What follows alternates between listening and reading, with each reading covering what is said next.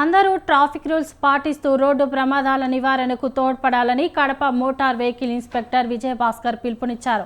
రహదారి భద్రతా ఉత్సవాల సందర్భంగా హరిత హోటల్ నుంచి కోటిరెడ్డి ఎర్రముక్కపల్లె అంబేద్కర్ సర్కిల్ మీదుగా బైక్ ర్యాలీ నిర్వహించారు. రోడ్డు భద్రతా నియమాలు పాటించకపోతే ప్రాణాలు కోల్పోవాల్సి వస్తుందన్నారు. హెల్మెట్ ధరించని బైకులు నడిపేవారు మృత్యువాత పడుతున్నారన్నారు. కారు నడిపేవారు విధిగా సీట్ బెల్ట్ ధరించాలన్నారు. సెల్ ఫోన్, డ్రైవింగ్, మద్యం సేవించి వాహనాలు నడపకూడదన్నారు.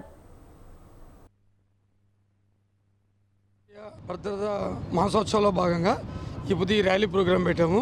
హెల్మెట్ ర్యాలీ ఇది మన ఎల్ఐసి సర్కిల్ అంబేద్కర్ సర్కిల్ పైన ఇక్కడికి వచ్చి ముగిస్తాం. 6వ జాతీయ రహదారి భద్రతా మాసోత్సవం సందర్భంగా ఈరోజు ఎంవీఐ స్టాఫ్ మరియు ట్రాఫిక్ స్టాఫ్ అదేవిధంగా పబ్లిక్తో కలిసి ఈ 2 వీలర్లతో హెల్మెట్ ర్యాలీ నిర్వహిస్తున్నాము.